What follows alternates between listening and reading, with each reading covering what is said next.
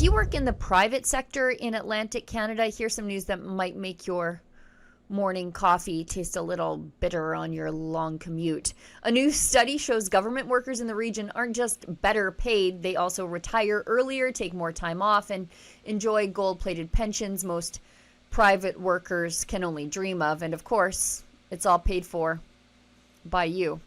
Think about that as you suck back your coffee from home, sitting in traffic. Fight, fight, fight to win! An unusually outspoken Ottawa as public servants push back. We're seeing these unions coming together, maybe for the first time ever, in the biggest way ever, to fight one of the most anti-worker policies that we've ever seen. The new policy? Most federal government employees will have to work an additional day a week in the office, now up to 3 days of their own choosing, starting next week. A new report from the Fraser Institute finds government employees in Atlantic Canada earn more money and significantly better benefits than comparable private sector workers. After adjusting for age, education, job type, and experience, public sector workers earned 6.3% higher wages than private sector workers in 2024. Just hold that in your heart every time these people threaten a strike for better working conditions. Even after accounting for unionization, government workers still made nearly 4% more. But the real gap isn't just in pay, it's also in perks. More than 60% of government workers in Atlantic Canada have a registered pension plan. In the private sector, it's less than 25%. And it's not just any pension. Government workers are far more likely to have defined benefit pensions, meaning guaranteed income in retirement. Private sector workers mostly get defined contribution plans if they're lucky enough to get a pension at all. And then there's the retirement age. Public sector workers retire 2.5 to more than 4 years earlier than private sector workers, depending on the province. So fewer years working, more years collecting.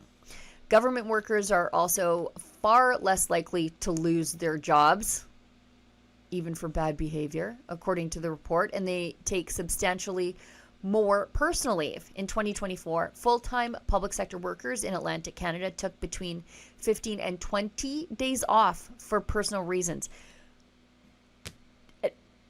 Half a month to almost 3 weeks for personal reasons. Private sector workers, 8 to 11 days. The Fraser Institute says these gaps matter, especially as provincial governments face rising debt, aging populations, and ballooning public sector payrolls. The Fraser Institute's recommendations are to bring government compensation more in line with the private sector to reduce costs without cutting services. And I'll add, in the interests of fairness, the people who are footing the bill for these salaries should not be footing the bill for salaries that are far more generous than their own. Millions of taxpayers are working longer, retiring later, and covering the cost for people who think it's a human right to work from home. We proved ourselves that we can work efficiently and more productively from home, and the fact that they're mandating us going back to work 2 days a week just doesn't make sense.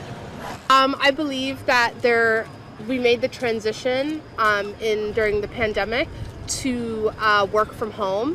I still believe that the pandemic is not over. Going to work is risking getting sick. I feel like working at home, you are still completing your day-to-day tasks.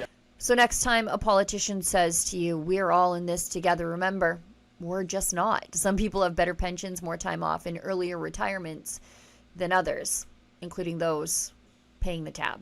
For Rebel News, I'm Sheila Gunn-Reid. Public sector compensation is an enormous contributor to government spending. Government spending is an enormous contributor to inflation, and inflation is an enormous contributor to the cost of living crisis we're dealing with here in Canada.